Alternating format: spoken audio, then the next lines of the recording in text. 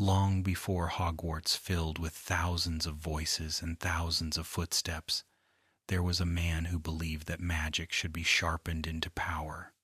Salazar Slytherin's story begins on moors and marshes, where whispers of serpents rose from the reeds and the rivers bent their silver lines across the earth. He was a founder, yes, but he was also a dreamer of a different sort, one who saw the world in sharp contrasts of weakness and strength, and who wanted his house to foster not just learning but influence, ambition, and vision. When we remember him now, softened by the centuries, we picture a tall man robed in dark green, eyes gleaming like polished stones, a silver serpent winding on his staff. But behind that image is something quieter, an instinct to protect what he thought sacred, and to prepare witches and wizards for a world where not all would be safe. His vision, whether we admire it or fear it, breathed life into Slytherin House, and every student who passes through those shadowed doors carries a trace of his intention in their veins. The serpent was his chosen emblem, and it is easy to see why. Serpents slide quietly, unannounced, through grass or water, biding their time until a strike is needed. They are not like lions roaring for the world to hear. They prefer subtlety, waiting, cunning. Yet serpents also shed their skin, growing, renewing, surviving where others falter. In ancient cultures, snakes were symbols of wisdom, of rebirth, of power both feared and revered. For Slytherin, the serpent was not simply a predator, but a teacher. It taught patience, resourcefulness, and the ability to thrive unseen until the right moment arrived. To wear a serpent upon your chest was to claim kinship with a creature many mistrusted, but also to accept its lessons. Those who walked the dungeon corridors with silver snakes upon their robes carried a quiet badge of resilience, a reminder that strength does not always need noise to declare itself. The colors of the house were chosen with equal intention, green and silver. Green, the color of deep waters, of fertile earth, of ambition growing steadily upward like vines that refuse to be cut down. It is a color of life, but also of envy, reminding us that desire and striving are part of human nature. Silver gleams in contrast, sharp and cool, a metal that does not dull easily, that reflects light even in darkness. Together, green and silver weave a message, the living energy of growth, tempered by the clarity of strategy. Unlike the bold scarlet of Gryffindor or the sunny yellow of Hufflepuff, Slytherin's palette was cooler, quieter, carrying with it an aura of mystery. In the torchlight of Hogwarts, silver threads caught the glow like moonlight on water, and green banners hung heavy like forest shadows. These colors whispered rather than shouted, but their whisper lingered long after the feast was over, a subtle reminder that power rarely announces itself. It simply endures. Every house has a ghost, and for Slytherin it was the Bloody Baron. His story is not told lightly, for it is shrouded in tragedy and regret. Once alive, he was a man who carried violence in his heart, a temper that burned hotter than his reason. Legend tells us that he killed Helena Ravenclaw, the Grey Lady, in a fit of possessive rage, and when he realized the horror of his act, he turned his blade upon himself. That crimson stain clung to him even in death. His form forever marked by blood no charm could wash away. To Slytherin students, he was both a warning and a guardian. He drifted through their common room with eyes hollow yet commanding, and though many feared him, they also respected him. His silence spoke louder than the chatter of friendlier ghosts, reminding them that choices echo far beyond the moment they are made. The Bloody Baron embodied the weight of ambition unchecked, the danger of desire turned to cruelty, and his eternal presence pressed upon Slytherins the truth that their gifts of cunning and resourcefulness could either build greatness or destroy it. Few students outside the house ever saw the Slytherin common room, but to those within, it became a sanctuary. Hidden deep beneath the castle, its walls stretched close to the black lake itself, windows revealing the shifting movements of water and the shadows of giant squid tentacles drifting by. The room was long and low, with dark stone pillars and greenish lamps that glowed like liquid emeralds. Leather chairs and carved wooden tables filled the space, heavy rugs muffling footsteps, and a fire crackled in a great hearth that pushed back the chill of the dungeons. To live in Slytherin was to live close to the earth and the water, far from the airy towers or sunny chambers of other houses. There was a sense of privacy, of protection, of belonging to a world just slightly hidden from prying eyes. For young witches and wizards who valued secrecy, who valued circles of trust rather than open displays, this room was more than walls and stone.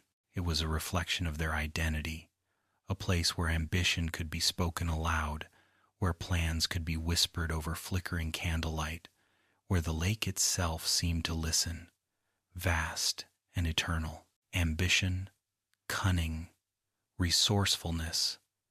These were the qualities the Sorting Hat repeated year after year, echoing Salazar's intent. Ambition is the desire to move forward, to rise beyond one's station, to dream of greatness, and then to chase it, step after relentless step. In Slytherin, ambition was not scorned but celebrated, for without it there is no invention, no discovery, no progress. Yet ambition alone can consume, so it was tempered by cunning, the ability to think several moves ahead, to choose the subtle path rather than the obvious one, to achieve goals without announcing them.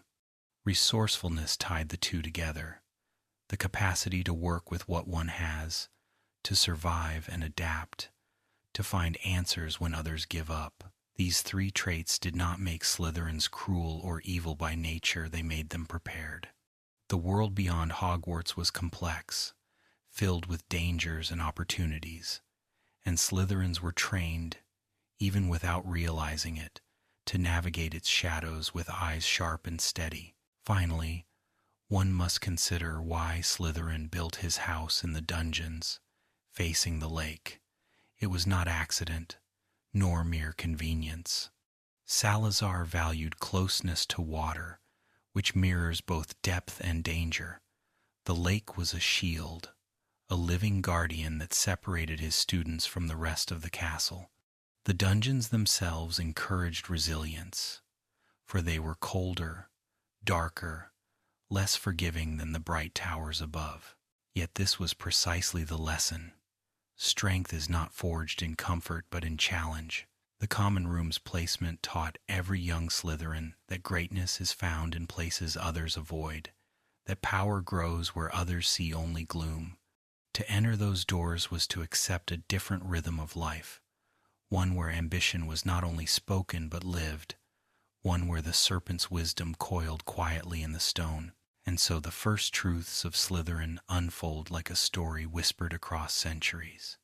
A founder with sharp vision, a serpent that teaches patience, colors that glimmer in darkness, a ghost marked by tragedy, a chamber hidden beneath water, a creed of ambition and cunning, and a home carved in stone and shadow.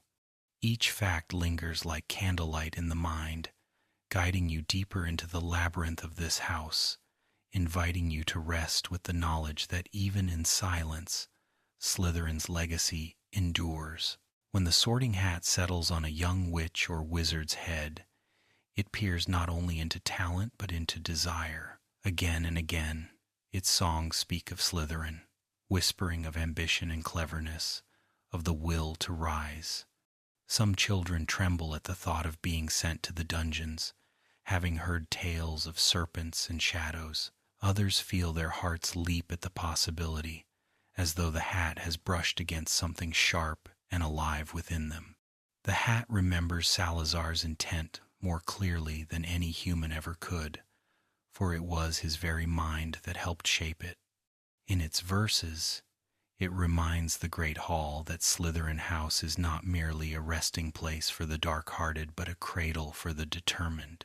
Time and again it has placed children there, not because they are cruel, but because they dream of achieving something that others might think impossible. To be sorted into Slytherin is to be recognized as one who will not be content with drifting through life, one who feels the spark of hunger and has the courage to follow it. At the heart of Salazar's legacy lies a gift both feared and misunderstood. Parseltongue.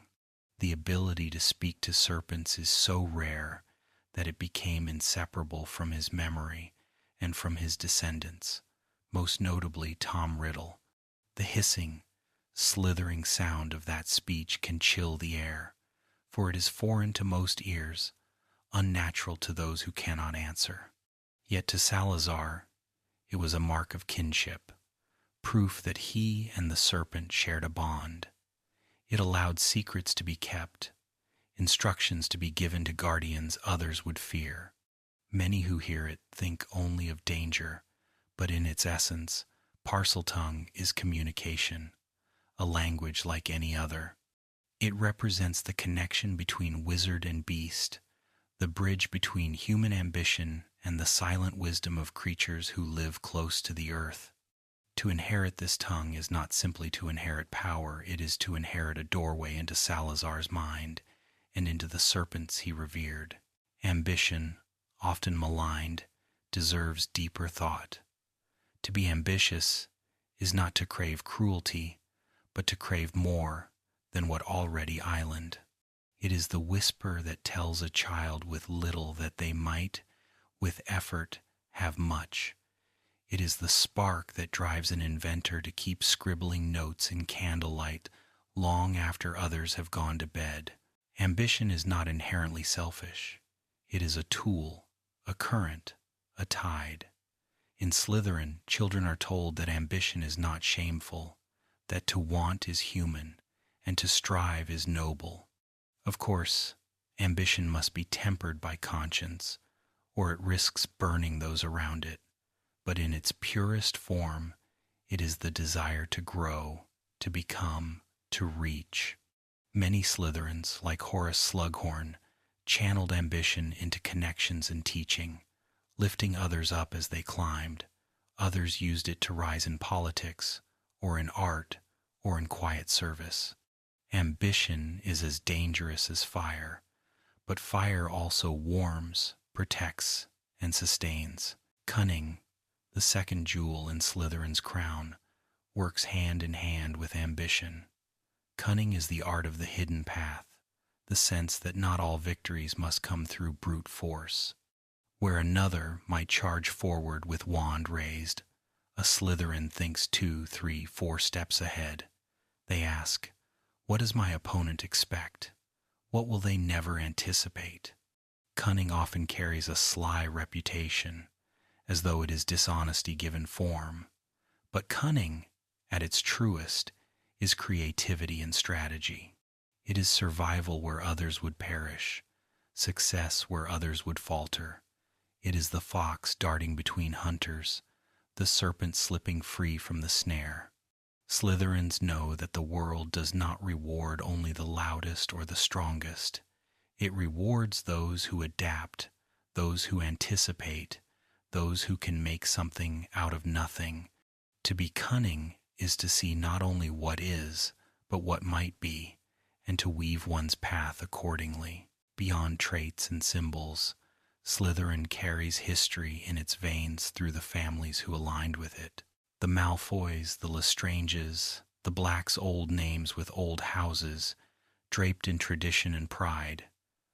Many of these families valued blood purity, a concept woven into their identity. Yet history is rarely so simple. Not all purebloods embraced cruelty, and not all Slytherins agreed with them. Still, The names echo because they reveal the kind of influence the house fostered. Slytherins moved in corridors of power, sat in drawing rooms where laws were written, whispered in ears that shaped policies. Even when their choices veered into darkness, it was not the house alone that bore the blame, but the values of families who misused its teachings. To understand Slytherin is to understand the tangled tapestry of these lineages, some proud, some broken, some still clinging to their heritage like ivy to stone. The feud between Salazar Slytherin and Godric Gryffindor carved a scar across Hogwarts history. Both men were visionaries, both brave in their own ways, but they looked at the world with different eyes. Godric valued courage, the willingness to face danger openly, regardless of who bore the wand. Salazar valued strength and preservation, and he feared that admitting Muggle-born students would weaken the school or endanger it. Their disagreement grew sharper, their friendship strained, until it fractured. Salazar left, his absence heavy, his chamber hidden deep within the castle stone. From that moment, Gryffindor and Slytherin carried a rivalry that outlasted centuries. Yet beneath the feud is a lesson. Two great men, alike in vision and loyalty to Hogwarts, could still find themselves divided by ideology. Their conflict reminds us that ambition and courage, though often painted as opposites, are merely different responses to the same desire to protect and to shape the future. And then, hidden beneath those stones, lay a legend that every child whispers about even before they reach the Sorting Hat, the Chamber of Secrets. Carved secretly by Salazar, it housed his greatest guardian, waiting for his heir. For generations it lay dormant, a myth, a rumor that made torches flicker and children glance over shoulders as they walked through the dungeons. When it was opened, the terror that spilled forth seemed to confirm every suspicion about Slytherin, that they harbored monsters, that they cultivated cruelty. But the chamber was not the common room, and the basilisk was not the serpent on their crest. It was one founder's extreme, locked away, bound to a heritage few could ever touch. For the rest of the house, the chamber was both shame and fascination. It symbolized the weight of their history, the danger of their founders' fears taken too far. Yet it also proved the resilience of the house. Though burdened by legend, they endured, reminding themselves that they were more than the shadows cast by one room hidden in stone.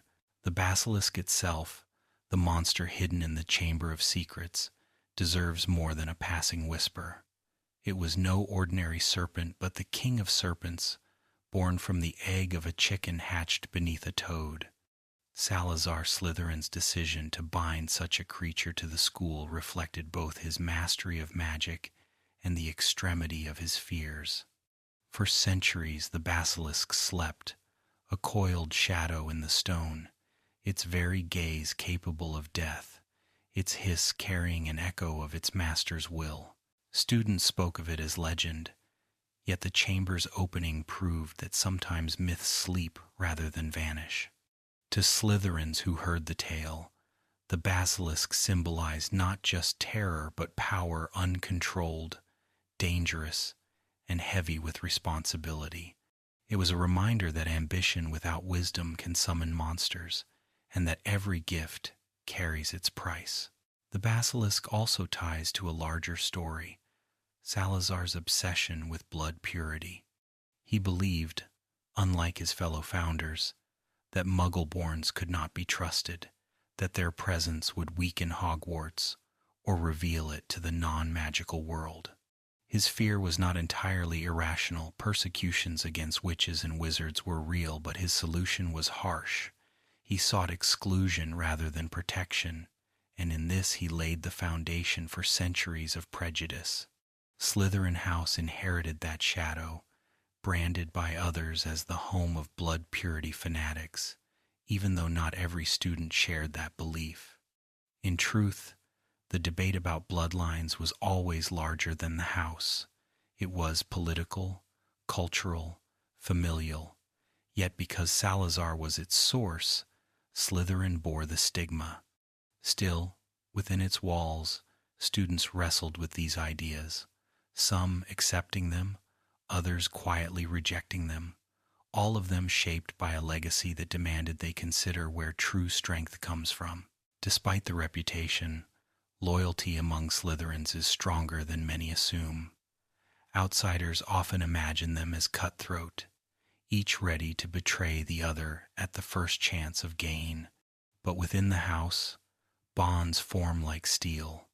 Friendships are guarded fiercely, alliances are nurtured carefully, and once trust is earned, it runs deep. Slytherins may not throw open their arms to every stranger, but they protect their own with ferocity. In battle, they watch one another's backs. In school, they share secrets only with those who have proven worthy. This loyalty does not always wear the bright smile of Gryffindor camaraderie, but it exists in silence, in the way one student slips notes of strategy to another, or how they step into shadows together rather than face them alone. To be chosen as a Slytherin's true friend is to be chosen for life, for betrayal is not taken lightly, and devotion is not easily broken. Leadership also threads through the veins of Slytherin House. While other houses may boast bravery or intellect, Slytherins often rise to positions of authority, whether in school or beyond. Prefects and heads of house find in Slytherin students who are decisive, commanding, willing to take responsibility, even when it means bearing the blame. This comes not only from ambition but from their ability to strategize. Leaders must see not only the present but the path ahead, and Slytherins train themselves to look further, to anticipate, to plan. Their leadership is not always flamboyant. Sometimes it is quiet, whispered instructions that ripple outward into action. At other times, it is bold, decisive, impossible to ignore. For better or worse, the wizarding world has seen again and again that Slytherins take the reins of power, shaping events in ways both glorious and grim. Their legacy proves that leadership is not always about popularity, but about vision and the courage to act upon it. Another trait bound tightly to Slytherin identity is resourcefulness. Many a student has found themselves in situations where the obvious tools are absent, and it is here that Slytherins shine.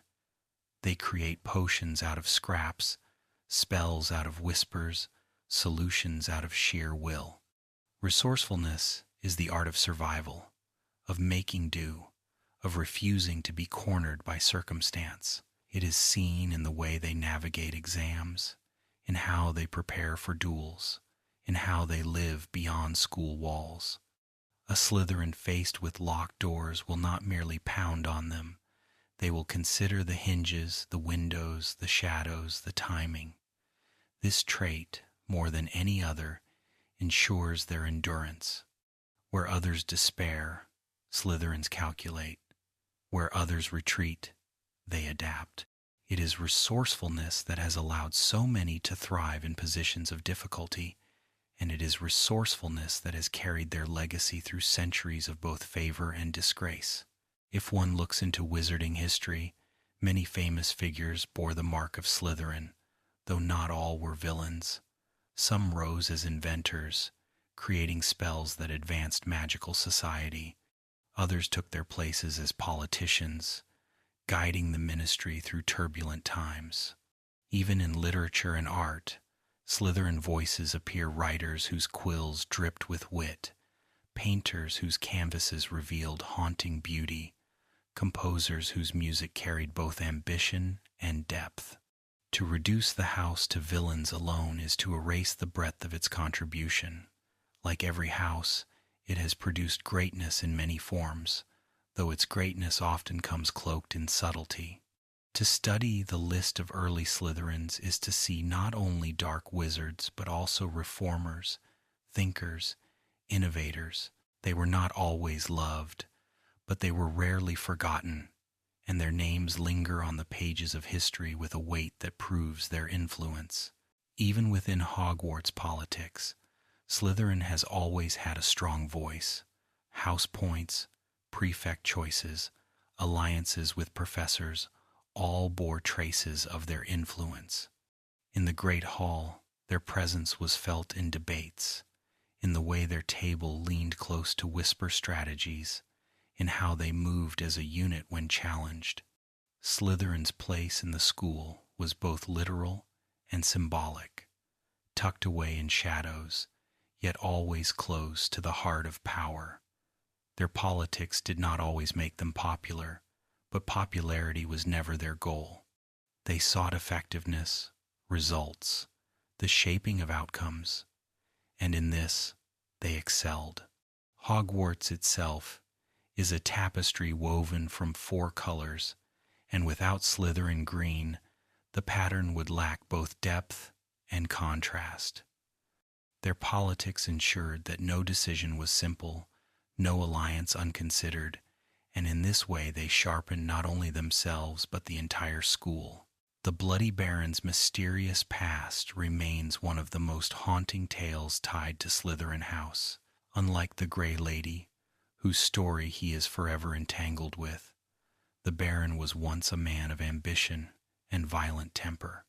He was sent by Rowena Ravenclaw to retrieve her daughter Helena, who had fled with her mother's diadem. But his mission, instead of ending in reconciliation, ended in tragedy. Consumed by rage, he stabbed Helena, silencing her forever. In horror at what he had done, he turned his weapon upon himself, his own blood forever staining his ghostly form. To the Slytherins who grew up with his silent watch, he was a reminder that ambition unchecked by compassion could twist into destruction. They called him bloody, not out of cruelty, but because the scar of his act could never fade. He drifted through their common room with heavy chains and sorrowful eyes, not encouraging mischief as the fat friar did for Hufflepuff, but casting a shadow that taught its own kind of wisdom. For Slytherins who paid attention, the Baron embodied the consequences of choices, the cost of losing control, and the heavy truth that every action leaves a mark. The Baron's presence also reflected Slytherin's complex relationship with ghosts in general. While Gryffindors laughed with nearly headless Nick, and Hufflepuffs joked with the friar, Slytherins lived with a guardian who was not friendly, not forgiving, but stern. This gave them a different perspective on death, on memory, on legacy. They knew that the past is not a cheerful companion, but a weight one must carry. In this way, Slytherin students grew up with a sharpened sense of consequence, aware that their actions might echo into eternity. Even Peeves the poltergeist, who respected almost no one, feared the Baron, which only heightened his authority in the eyes of the house. Though terrifying, he offered Slytherins a strange kind of protection, his silence commanding more respect than words ever could. Slytherin has always been linked with potions, and perhaps it is no coincidence. Potions require patience, precision, and the ability to see possibilities where others see only ingredients. A true potion maker must be cunning, willing to test boundaries, and careful enough to avoid catastrophe. It is no wonder that Severus Snape, one of the most gifted potion masters in history, served as head of Slytherin.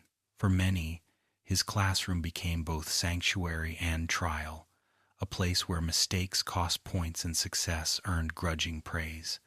The reputation of Slytherins as potion experts stretches back centuries, for Salazar himself was said to have brewed mixtures few others dared attempt. Potions are, in their way, symbols of Slytherin identity, transformations that occur in silence, power hidden in bottles, strength born of patience and knowledge. Where charms flash and transfiguration dazzles, potions work slowly, invisibly, until the moment of need. This is the essence of Slytherin magic: quiet, prepared, effective. The rivalry with Gryffindor is perhaps the most famous feature of Slytherin life, and it began with the founders themselves. Salazar and Godric clashed not simply over blood purity, but over philosophy. Salazar valued survival, pragmatism, and tradition. Godric valued bravery, openness, and trust. These differences turned into quarrels, and the quarrels became a rift. Over centuries, the rift deepened, woven into Quidditch matches, classroom debates, even whispered stories told by portraits in the halls. Gryffindors saw Slytherins as schemers, while Slytherins saw Gryffindors as reckless. Yet this rivalry sharpened both houses. On the Quidditch pitch, each pushed the other to new heights of skill. In duels, they tested one another's courage and cunning. Even in academics, the competition drove them to excel. Though bitter at times, the rivalry ensured that neither house grew complacent, and when they clashed, the sparks that flew illuminated the castle, reminding all students that greatness is born from challenge as much as from triumph. Slytherin's tensions with Hufflepuff and Ravenclaw were less celebrated but no less real. Hufflepuffs, with their patience and fairness, often clashed with Slytherin's tendency to strategize and prioritize advantage. To a Hufflepuff, Slytherin methods could seem cold, even unfair.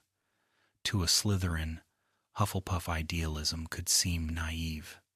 With Ravenclaw, the tension came differently. Ravenclaws prized knowledge for knowledge's sake, while Slytherins asked how knowledge could be used. To the eagle, the pursuit of truth was noble on its own. To the serpent, truth without purpose was wasted. These philosophical divides created friction in classrooms, in group projects, in friendships stretched thin by difference. And yet, as with Gryffindor, these rivalries also carried lessons. They forced Slytherins to defend their values, to question themselves, to learn resilience in the face of misunderstanding. Quidditch for Slytherin became another stage upon which ambition played. Their teams were often remembered for their aggression, their sharp tactics, their willingness to push the rules to the edge. While Gryffindors flew with fiery passion, Slytherins flew with cold calculation. Their plays were rehearsed, their strategies rehearsed again, and when the whistle blew, they pursued victory with the same cunning they brought to every other aspect of life. To outsiders, this sometimes appeared as unsportsmanlike conduct, but to Slytherins, it was simply using every advantage available. Their green robes flashed across the pitch, their cheers echoed from the stands, and every victory was savored as proof that cleverness and discipline could match or surpass raw daring. Quidditch, for them, was never just a game. It was a lesson in power, in teamwork, in how ambition takes wing. And then there is the stereotype, the long shadow that others cast upon Slytherin students. To many, the name itself is synonymous with darkness, with cruelty, with betrayal. Yet those who live inside the house know differently. They know that Slytherin contains kindness as well as cruelty, loyalty as well as ambition, laughter as well as secrets. The stereotype exists because of a few names, a few choices, amplified by fear and by history. But a house cannot be reduced to its darkest moments. It is not the basilisk alone, nor Voldemort alone, nor the blood purity doctrine alone. It is hundreds of children who studied spells, who shared jokes, who sat by the fire whispering dreams of futures they hoped to build. To fall asleep thinking of Slytherin is to remember this truth. Beneath the shadows there are countless lives, countless voices, countless stories untold. When one thinks of Slytherin in the more recent years, the figure of Professor Severus Snape rises, almost immediately. For many, he was the face of the house, its head of house for so long that generations of students came to associate his sharp presence with their time in the dungeons. Snape embodied the contradictions of Slytherin. Cold, sarcastic, intimidating, yet also fiercely protective of his students, quietly loyal in ways few ever understood. He defended Slytherins when others dismissed them. He guided them toward discipline and excellence, and he reminded them that ambition required mastery, not sloppiness. His potions classroom became a crucible, harsh but transformative, where only those who learned patience and care would succeed. To outsiders he was feared. To many Gryffindors he was loathed, but within Slytherin he was respected, even admired. In the end, his story revealed that the darkness of Slytherin could conceal the deepest bravery, a bravery so subtle it was mistaken for cruelty until the truth emerged. Before Snape, there was Horace Slughorn, whose tenure as head of Slytherin cast the house in a very different light. Slughorn loved comfort, good food, and good company, but he also loved talent. His Slug Club gathered promising young witches and wizards, offering them connections that would shape their futures. To some, this seemed manipulative. To Slughorn, it was mutually beneficial. He nurtured ambition by providing opportunity, and many students looked back on his guidance with gratitude. Slughorn Slytherin was not harsh and cold, but warm and encouraging, a place where ambition was celebrated openly rather than sharpened in silence. His approach shows that the house is not bound to a single style of leadership. Depending on who guides it, Slytherin can be stern and exacting, or it can be generous and supportive. What never changes is the core: ambition, resourcefulness, and the drive to connect. The Slytherin approach to teaching, whether through Snape's severity or Slughorn's charm, always shared one thing: it expected students to think. A Gryffindor might act on instinct, a Hufflepuff on loyalty, a Ravenclaw on curiosity, but a Slytherin learns to pause, to plan, to consider the outcome before moving the wand. This teaching style prepared students for life beyond Hogwarts, where raw magic was not always enough. It was not just about spell work or potion brewing. It was about strategy, about learning when to reveal one's hand and when to hold back. Many graduates later realized that their time in Slytherin classrooms had taught them subtle skills: the art of reading people, the patience to wait for the right moment, the discipline to perfect a craft. To some it felt harsh in youth, but in adulthood it proved invaluable. Ambition fueled discoveries in magic as well. Many great wizards and witches who dared to push boundaries bore the mark of Slytherin. They were not content to repeat old spells. They sought new ones, crafting incantations or potions that expanded the magical world. Some names are infamous, tied to dark arts, yet others quietly transformed daily life with enchantments or charms that were so effective they blended seamlessly into wizarding society. The ambitious mind does not settle, it keeps probing, keeps reaching, keeps inventing. Without such minds, progress stalls. For Slytherins, ambition was not simply personal. It often created ripples that touched everyone. Every time a new spell was mastered, every time a potion was refined, the wizarding world grew a little wider, a little sharper, a little more alive. Duels, too, showcased the house's qualities. Slytherin duelists were known not just for skill, but for strategy. In the heat of flashing spells, they did not always aim to overpower, but to outthink. A feint, a trick, a pause that drew the opponent into overextending. These were the marks of a Slytherin's wand. Many feared facing them not because they were stronger, but because they were unpredictable.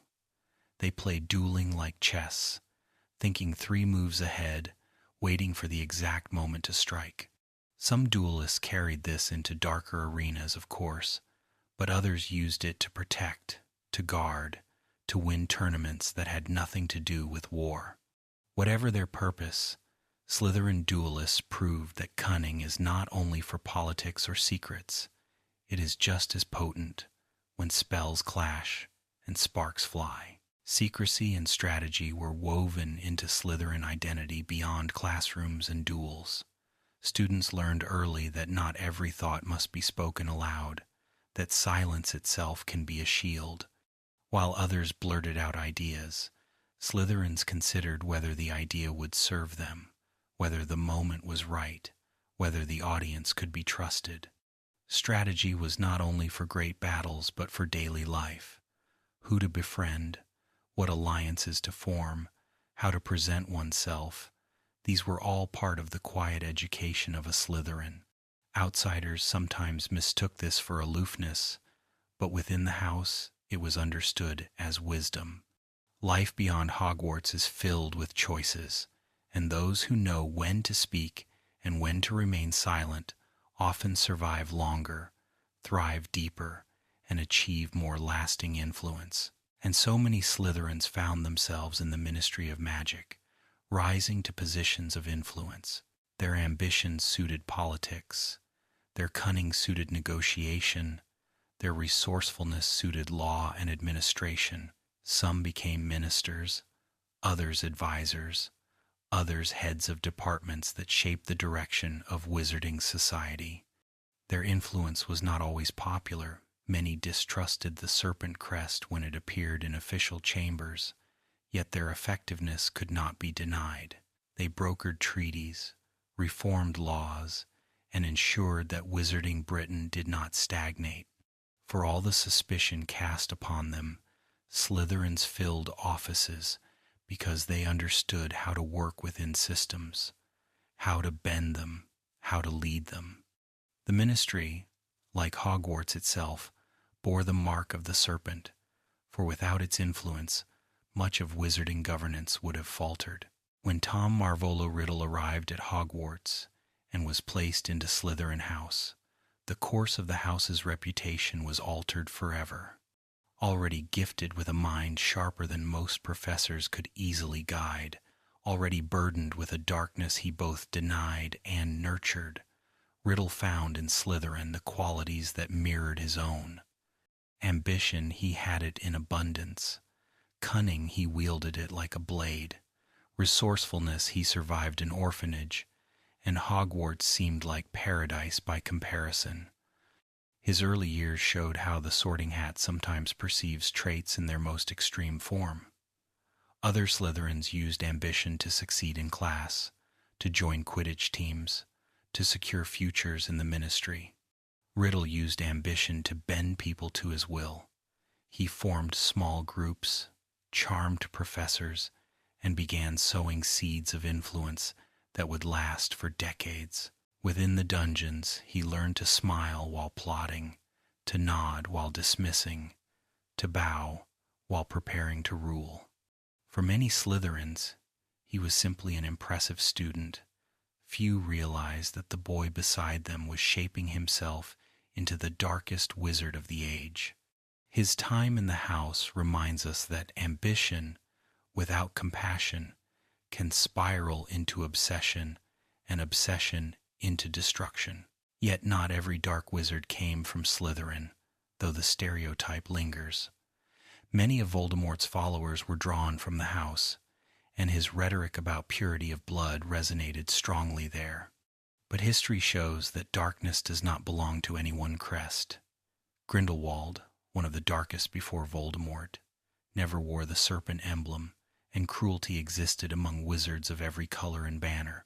Still, the shadow of Voldemort cast long suspicion over Slytherin. Parents warned their children about its reputation. Students from other houses whispered accusations, and for years the serpent's image was treated as a mark of suspicion.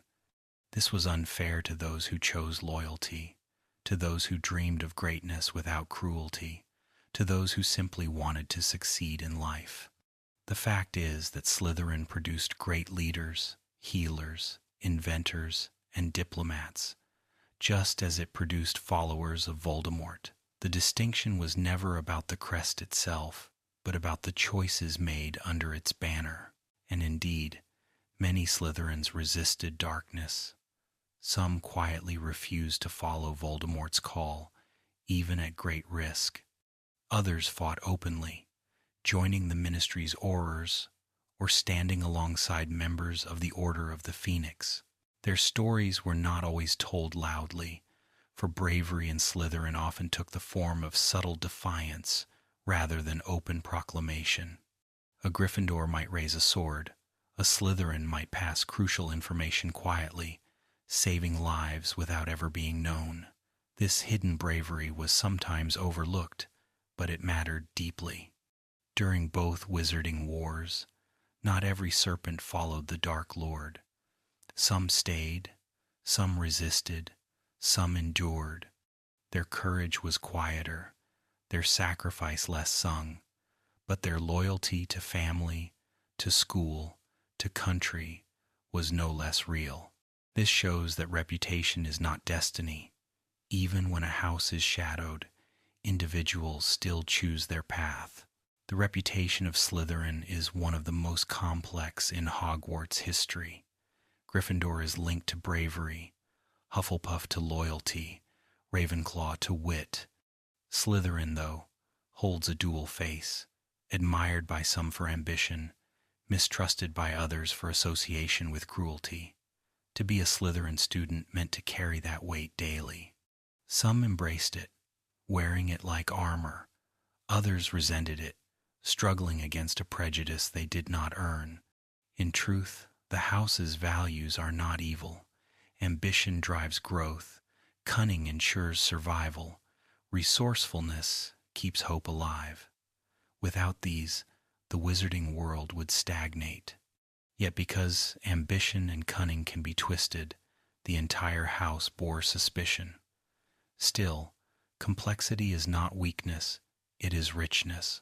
Slytherin stands as reminder that traits are tools, and tools may build or destroy depending on the hand that holds them.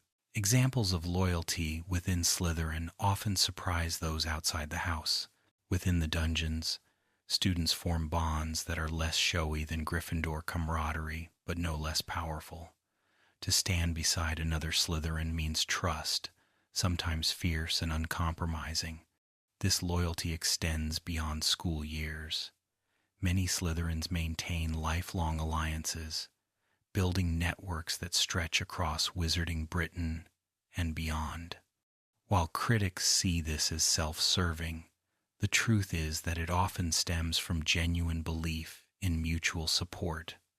To a Slytherin, a friend is an ally, and an ally is worth protecting. In times of hardship, this manifests as fierce defense, resourceful aid, and calculated sacrifice. Slytherin loyalty may not always be loud, but it is enduring. Once earned, it can outlast decades, surviving even through war. Not all members of the Order of the Phoenix wore scarlet or gold. Some Slytherins joined too, though history books rarely highlight their names. They fought against Voldemort, not for him, proving that serpents are not bound to the Dark Lord's shadow.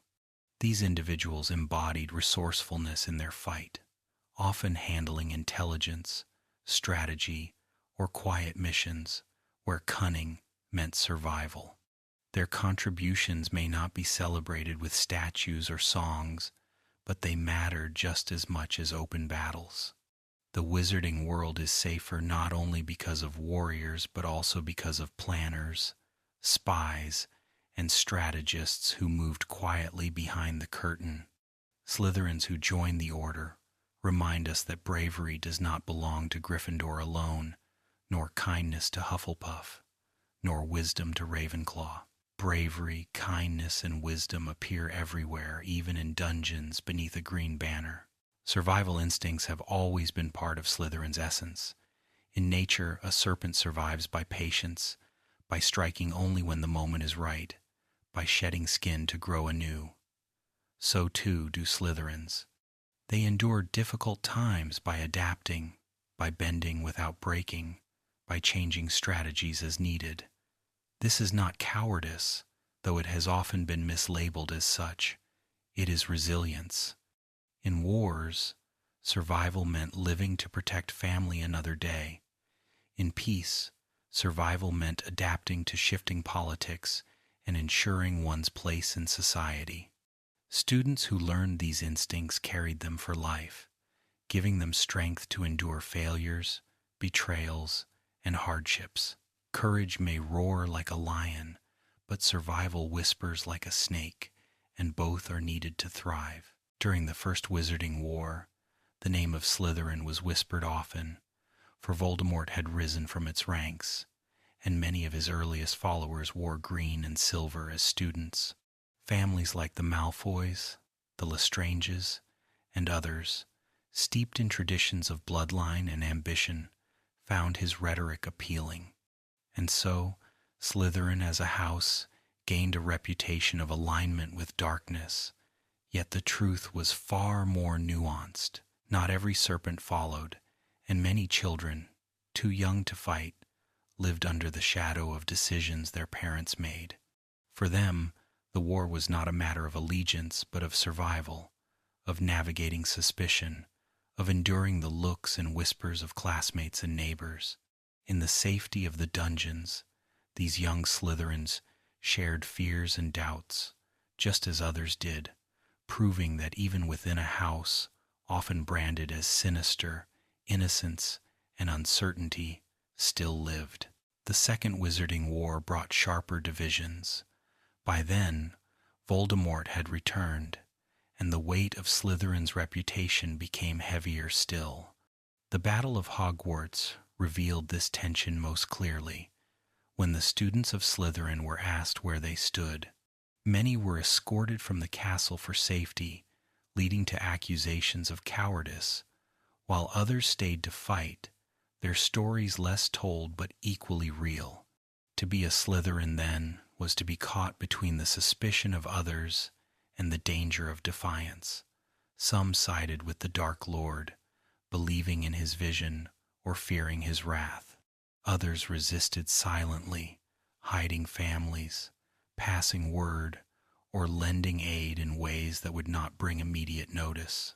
Like the serpent itself, they moved quietly, enduring, striking only when survival allowed.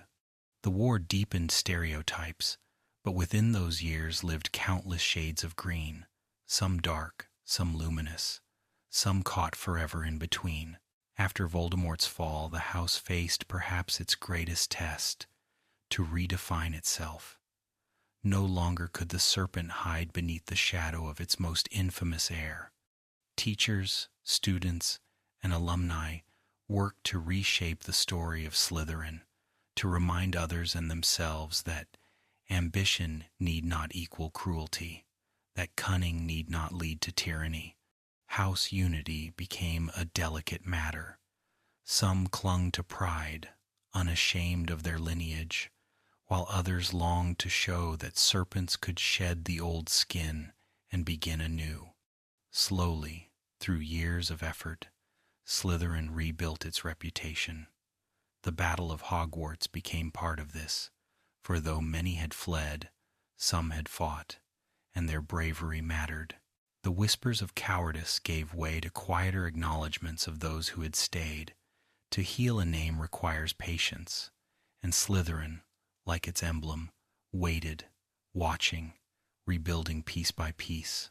Over centuries, Slytherin had already adapted many times, and this was simply another transformation. When the founders walked the earth, the house was known for its ambition and exclusivity. In the Middle Ages, it gathered children of noble, magical families. During times of persecution, its students survived by secrecy, teaching each other the art of silence. During peace, it excelled in politics, shaping ministries and courts, and during war, it fractured, as ambition was twisted into darkness by some and guarded into loyalty by others. Each century left a mark, altering how the serpent was perceived, yet always it endured, because its values were elemental: ambition, cunning, resourcefulness. No age could erase them. They simply shifted their expression. After Voldemort, this adaptability once again became Slytherin's strength. The house endured, reimagining itself, never erased, never broken, simply transformed. In the history of wizarding literature and art, Slytherin alumni have held surprising prominence. Many poets, playwrights, and composers once wore green and silver. Their works, often overlooked, reveal a thread of cunning imagination woven into culture itself. Some used metaphors of serpents, lakes, and shadows to explore human ambition.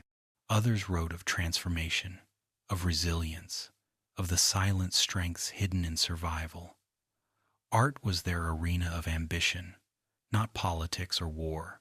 To read these works now is to glimpse Slytherin's softer side, where creativity joined cunning and beauty was born from ambition, not of conquest, but of expression. It shows that the house was never bound to one destiny. It produced darkness, yes, but also music, stories, and paintings that still echo through wizarding society. Politics, of course, remained a field where Slytherins excelled. Ministers of magic, advisors, ambassadors, and governors often hailed from the dungeons. Their skill lay not only in ambition but in negotiation, in shaping alliances, in ensuring survival of wizarding society during crises.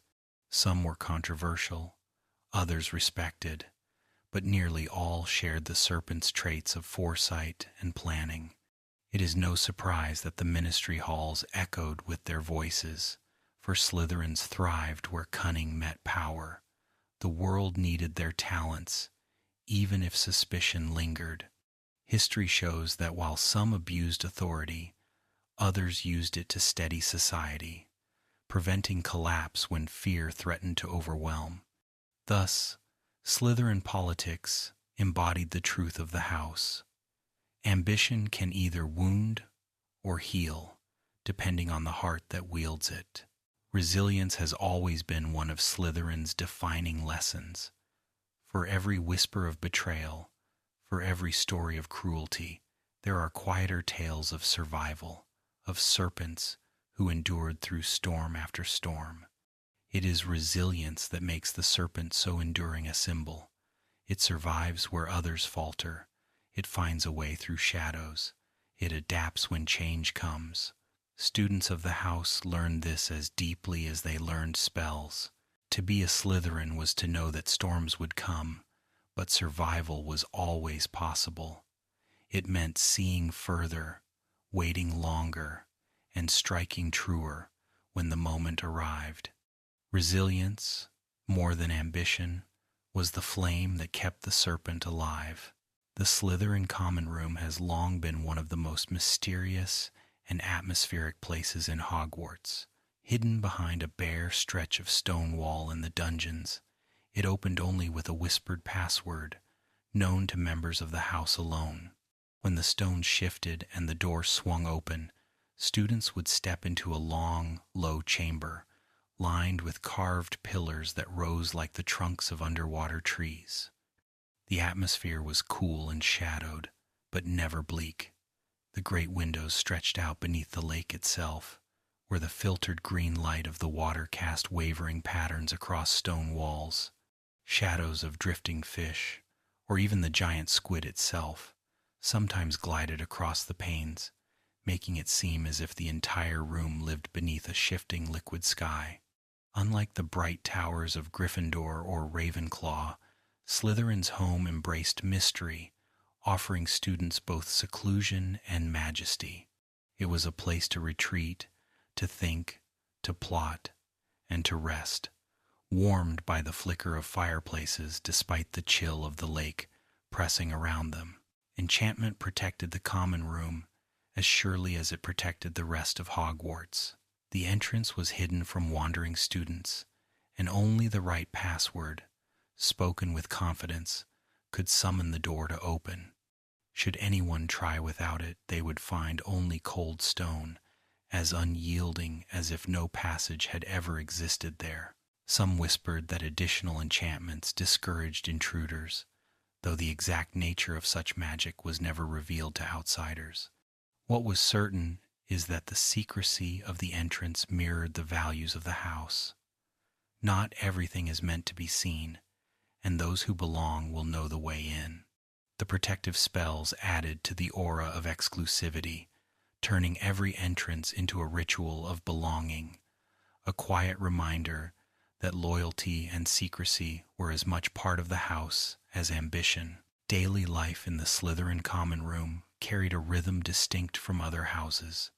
Students studied beneath the green-tinted glow, the light of the lake mingling with the crackle of torches and fire.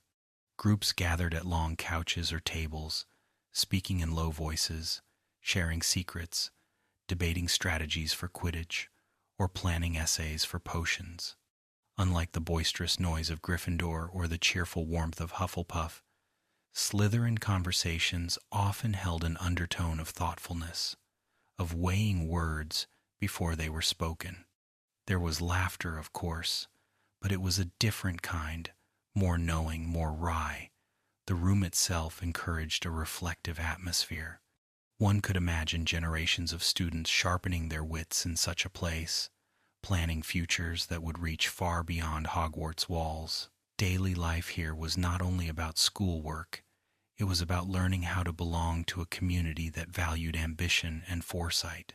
Passwords themselves became a tradition within Slytherin. They changed regularly, chosen by the prefects or the head of house, and students sometimes joked or groaned about their obscurity. Unlike Gryffindor's passwords, often whimsical, Slytherins tended to have an edge of sophistication or secrecy. To memorize and repeat them was to affirm one's belonging, to whisper aloud words that linked student to student in trust. The ritual of giving the password, stepping into the chamber, and feeling the wall shift aside carried a subtle weight. It reminded each serpent that they were part of something selective, something hidden from the eyes of others. Even this small tradition fed into the larger sense of house identity, the idea that belonging required both knowledge and trust. Relaxation in the Slytherin common room often reflected the house's character. Students played games of strategy, such as wizard chess, debated theories of magic, or simply lounged near the windows, gazing out into the shifting lake. Unlike the bustling warmth of other common rooms, this one allowed space for silence. It was not unusual to see students reading alone, or two friends speaking in whispers by the fireplace, their voices barely rising above the crackle of flame. The lake outside seemed to soothe the room, its calm presence fostering reflection. Even social moments carried a certain elegance, a sense of balance between companionship and privacy. In this way, relaxation itself became a kind of education. Students learned to value stillness, to observe, to enjoy company without needing noise.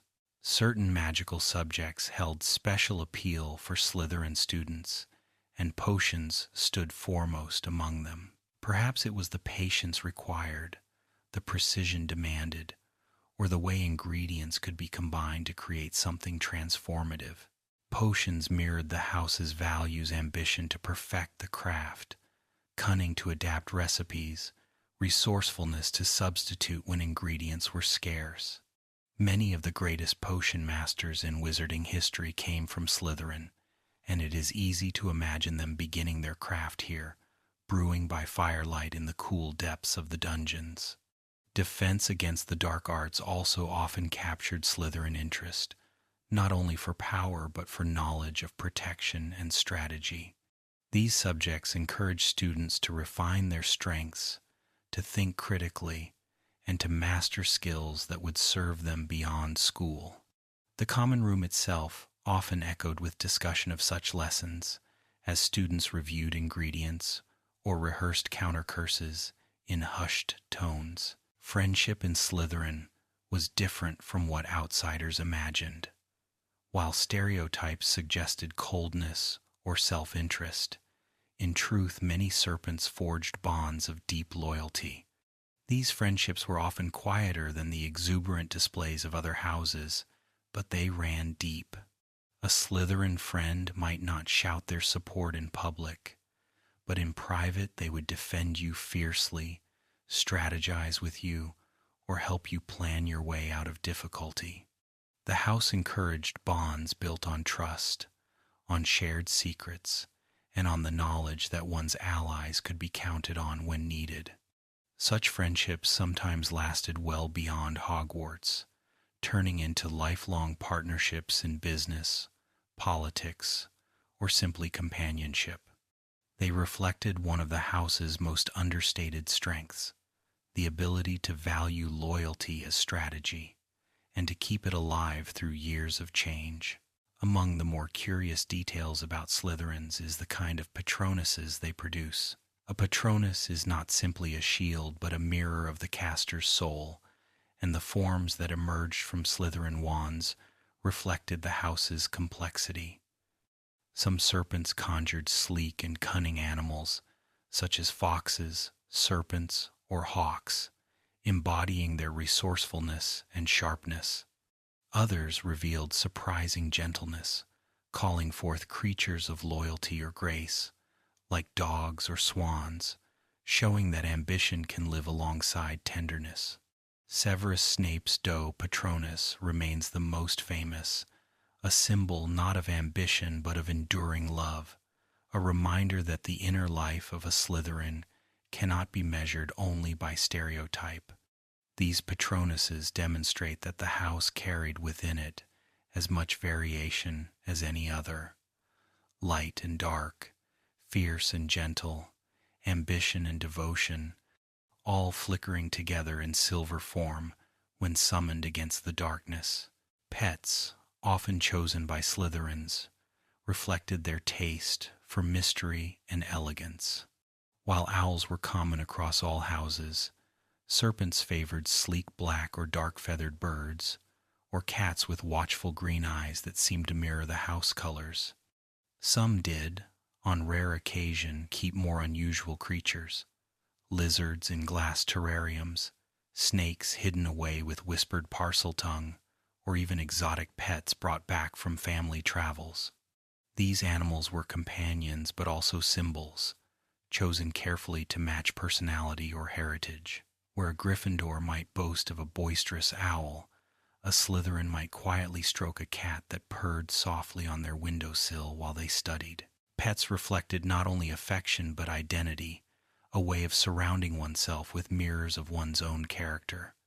In this way, even the companionship of animals became part of the slow education of a Slytherin, to choose carefully, to value symbolism, and to keep loyalty near. The connection between Slytherin and nature often revealed itself in subtler ways.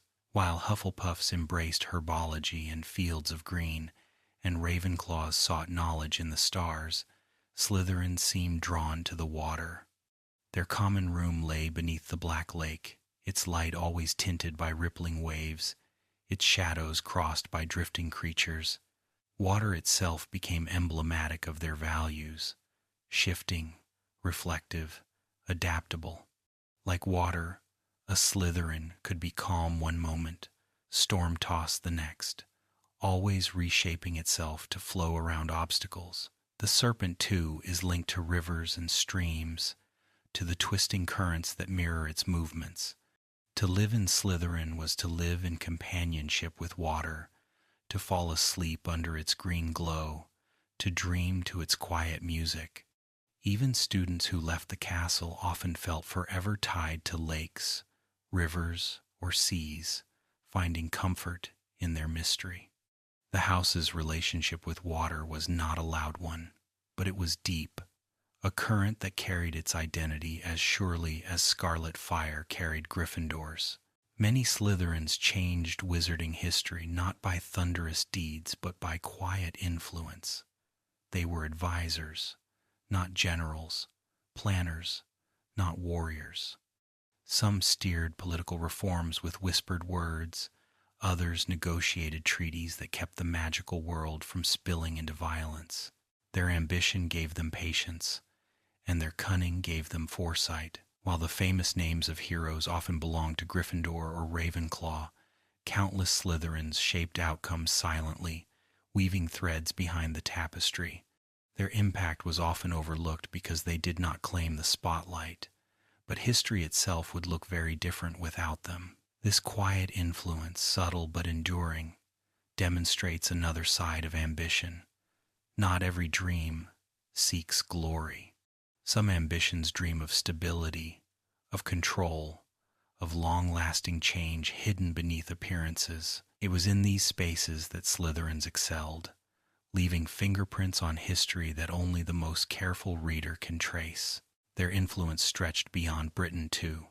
Slytherins held places of power and counsel in wizarding communities across Europe, Africa, and Asia, where their networks and adaptability carried them.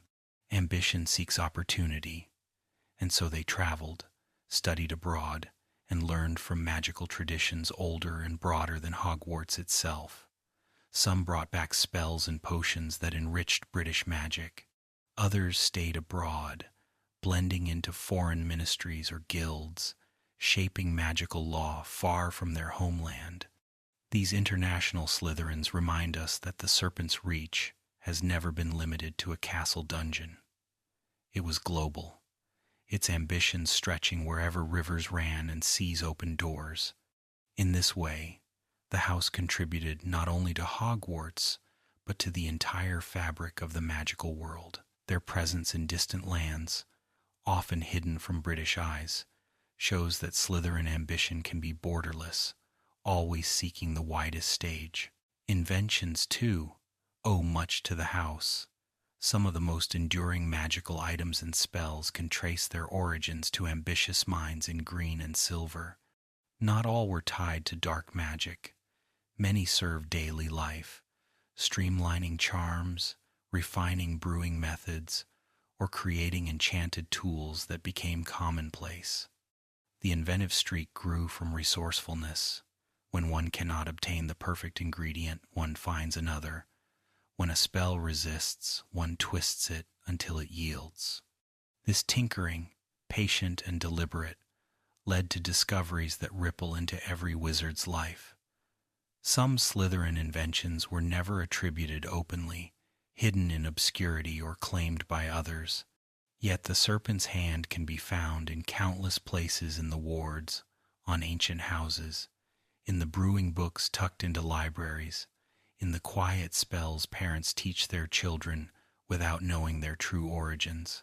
Invention and ambition are twins, and together they ensured that the legacy of Slytherin stretched not only into politics and war, but into everyday enchantment. The story of Slytherin, in these quiet ways, the Patronus shimmering in unexpected forms, the choice of elegant pets, the connection to water, the subtle reshaping of history, the international reach, and the inventions woven into daily magic reminds us that ambition is never just one thing. It can be loud or silent, selfish or generous, grand or practical. The serpent coils in many shapes, and each one is part of the story. As the waters of the Black Lake ripple gently against the stone walls of the common room, the dreams of Slytherin stretch outward, winding into every corner of the wizarding world, changing it quietly, endlessly. After the Battle of Hogwarts, the identity of Slytherin entered a period of deep reflection. For centuries, suspicion had clung to the serpent emblem, but never so heavily as after Voldemort's fall. Students and families, who had once walked proudly under green banners, now found themselves watched with wary eyes, and yet, within this shadow was born a renewal. Teachers and prefects sought to reshape the house's image, encouraging students to see ambition not as a dangerous fire, but as a lantern, lighting paths toward good as much as power.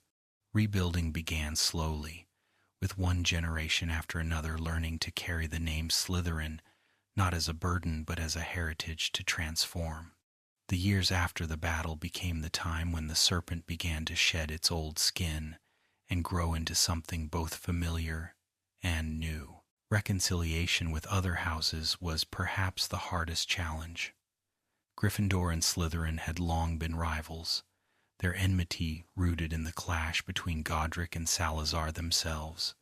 After the war, though, there was a new understanding that unity mattered more than division. Slowly, joint projects were encouraged, shared classes, group assignments, Quidditch practices that mixed houses rather than pitted them. The walls of suspicion softened. Friendships grew where before there had been rivalry. It did not happen overnight, but year by year the distrust faded. The castle itself seemed to breathe easier, as though the stones knew the ancient feud was loosening at last. Modern Slytherins began to carry themselves differently too. They no longer accepted the caricature of the cold and cruel serpent. Instead, they embraced ambition with a kind of pride that was quieter, gentler. Ambition meant setting goals, working toward them with discipline, and refusing to give up when setbacks arose. In this sense, Slytherins became models of perseverance. Their ambition drove them into healing, teaching, or even artistic fields, proving that resourcefulness and cunning were not limited to politics or war. The house began to show a fuller spectrum of what ambition could mean. It was no longer shadowed by a single name like Voldemort, but filled with countless smaller stories of individuals who used their Slytherin traits to bring light into the world. The 21st century wizarding world began to see Slytherin differently. Parents who once dreaded their children being sorted into the house learned to accept it, even to celebrate it. Students themselves wore their green and silver scarves with a renewed kind of pride, no longer fearful of judgment, but ready to show that the serpent could inspire as well as intimidate. This pride was not arrogant, it was thoughtful, resilient. It was the pride of a house that had been misunderstood and maligned, but endured nonetheless. By carrying themselves with quiet dignity, modern Slytherins began to shift perception. No longer was the serpent a symbol of suspicion alone. It became, once more, a mark of those who dared to reach further, who valued cleverness and adaptability as essential strengths. Ambition, in these years, began to be balanced more openly with kindness. Teachers encouraged students to think of ambition not as a ladder to climb alone, but as a bridge to build with others. Success, they reminded the young serpents, could be shared, and so friendships between houses deepened, often led by Slytherins themselves, who showed that ambition and compassion could walk hand in hand.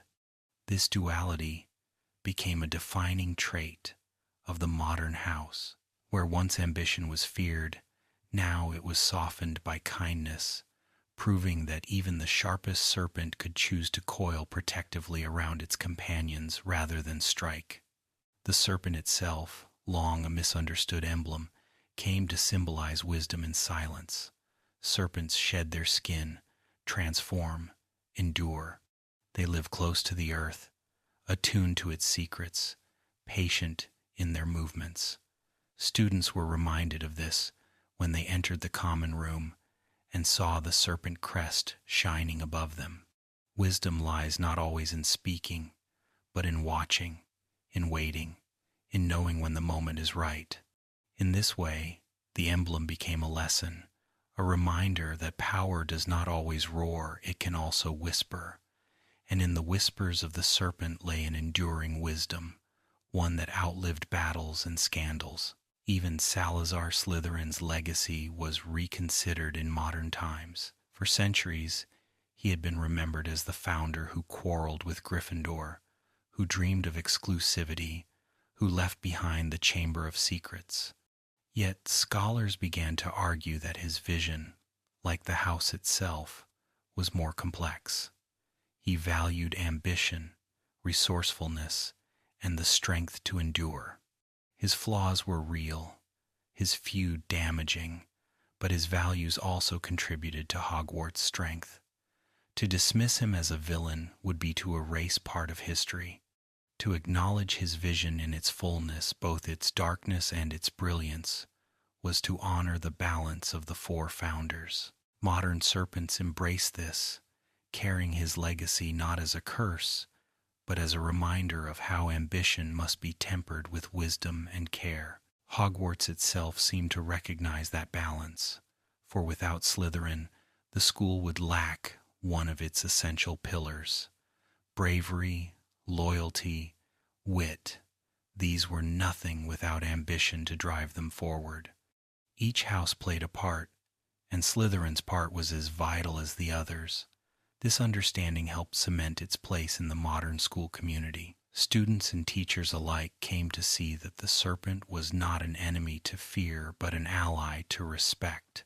It was ambition that inspired invention, cunning that preserved survival, and resourcefulness that guided problem-solving. Without Slytherin, Hogwarts would be incomplete, and so its presence was valued anew.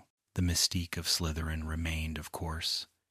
Even in the modern era, the house retained its aura of secrecy and depth. The green glow of the lake still bathed its common room in shadows, whispers still carried among students, and ambition still burned quietly in their hearts. But this mystique was no longer a burden. It became part of the allure, a reminder that mystery itself is a kind of strength.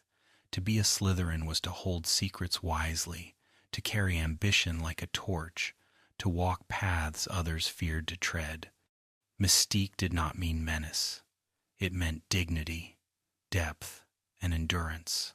And so, the legacy of Slytherin endured. From the first dream of Salazar himself to the youngest student sorted beneath the sorting hat, the serpent's flame has never gone out. It has flickered, faltered, been darkened by shadows, but always it has endured. The house taught that ambition can be noble, that cunning can be wise, that resourcefulness can save as surely as courage or loyalty. To fall asleep to the story of Slytherin is to fall asleep to the reminder that all traits hold both light and dark, and that balance is what keeps the world alive. In the end, Slytherin was not the enemy it was, and always will be, one of Hogwarts' beating hearts.